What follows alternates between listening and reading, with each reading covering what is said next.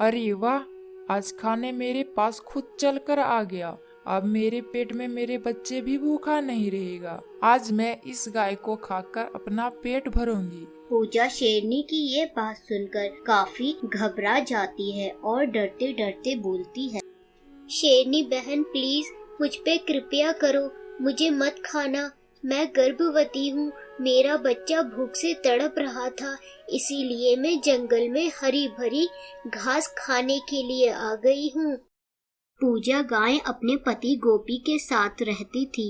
एक लालची और लापरवाह मालिक के पास रहती थी। सुरेश एक बहुत लालची किसान था। वह जानवर तो रखता था, लेकिन उनकी देखभाल बिल्कुल भी ठीक से नहीं करता था। उन्हें सूखा चारा देता और तो और समय पर खाना भी नहीं देता था। पूजा और गोपी दोनों ही मालिक से बहुत परेशान हो गए थे। गोपी, ये कैसा मालिक है, अपने जानवरों का ध्यान भी नहीं रखता है। ये हमसे इतना काम करवाता है, लेकिन हमें खाने के लिए कुछ भी अच्छा नहीं देता है। वही सूखी रूखी घास खिलाता है, वो भी समय पर देता ही नहीं है। सही कह रही हो पूजा, लेकिन हम क्या ही कर सकते हैं। जैसे भी है, ये हमारा मालिक है। अब इसके खिलाफ तो कुछ भी नहीं कर सकते, है ना। अब जैसे ही हमें खाने के लिए देता है, वैसा ही हमें खाना होगा। पूजा और गोपी दोनों ही मालिक के स्वभाव से दुखी थे, पर वह कुछ भी नहीं कर सकते। कुछ दिन बाद पूजा गर्भवती हो जाती है।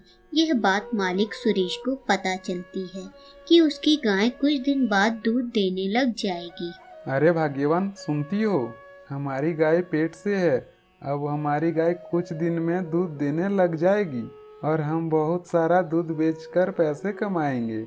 हाँ जी, माँ तो बनने वाली है, लेकिन उसका अच्छे से ध्यान रखना होगा।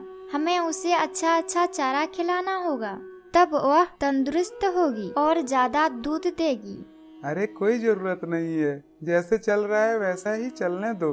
हरा हरा चारा मैं कहाँ से लाऊं?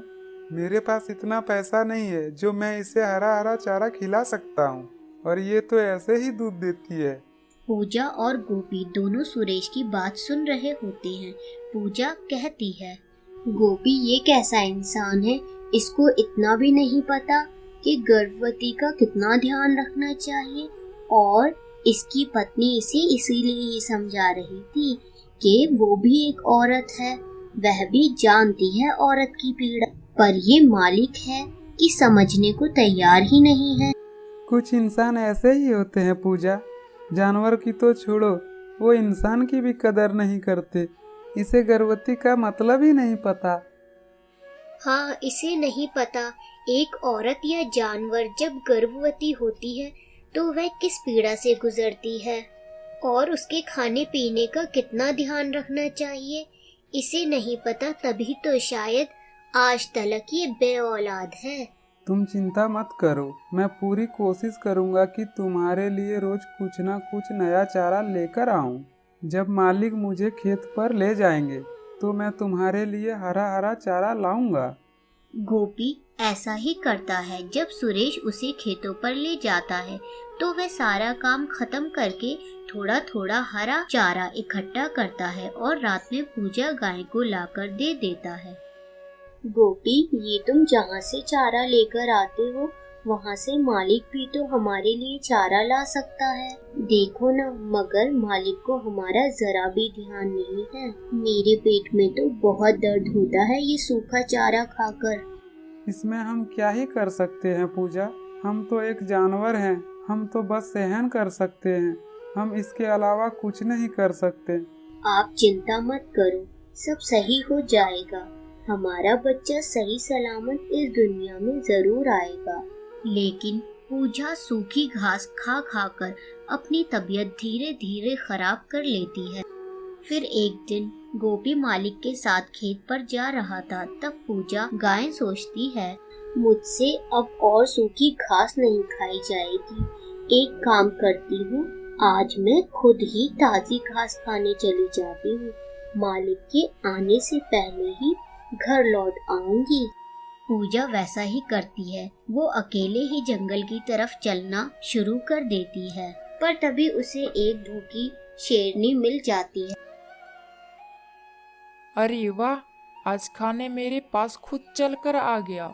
अब मेरे पेट में मेरे बच्चे भी भूखा नहीं रहेगा। आज मैं इस गाय को खाकर अपना पेट भरूंगी। पूजा शेरनी की ये बात सुनकर काफी घबरा जाती है और डरते डरते बोलती है, शेरनी बहन प्लीज मुझ पे कृपया करो, मुझे मत खाना। मैं गर्भवती हूँ, मेरा बच्चा भूख से तड़प रहा था, इसीलिए मैं जंगल में हरी भरी घास खाने के लिए आ गई हूँ। पूजा शेरनी के सामने गिड़गिड़ाती है और वह डर के मारे बेहोश हो जाती है। वहीं पर वह गिर जाती है। चलो ठीक है, मैं इस गर्भवती गाय को छोड़ देती हूँ। चलो मैं दूसरा शिकार कर लेती हूँ। शेरनी ये बोलकर वहाँ से चली जाती है।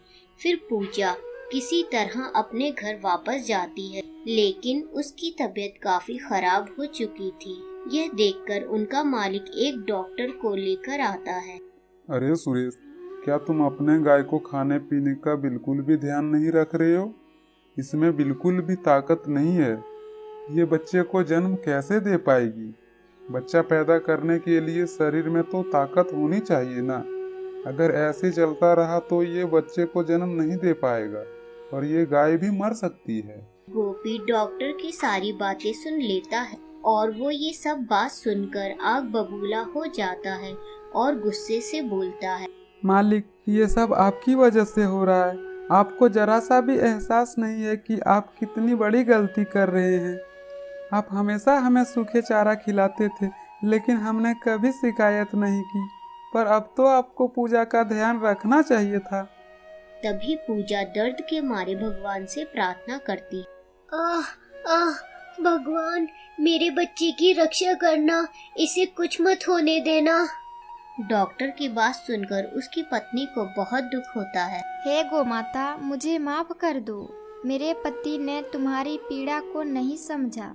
मैंने इनको समझाने की लाख कोशिश की, लेकिन ये मानने को तैयार ही नहीं हुए। मुझे माफ कर दो, मैं एक औरत होकर तुम्हारी पीड़ा को नहीं समझ पाई। मुझे माफ कर दो, अब तुम किसी तरह से ठीक हो जाओ। अब से अच्छे से तुम्हारी ध्यान रखूंगी।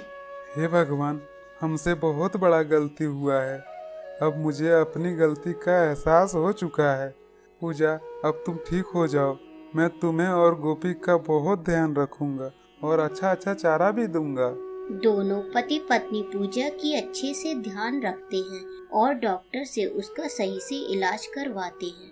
फिर कुछ दिन बाद पूजा एक छोटे से बछड़े को जन्म देती है। सुरेश उसका बहुत ध्यान रखने लग जाता है और फिर सब अच्छा हो जाता है। देखते ही देखते सुरेश की पत्नी भी गर्भवती हो जाती है और वह लोग आपस में खुशी खुशी रहने लग जाते हैं।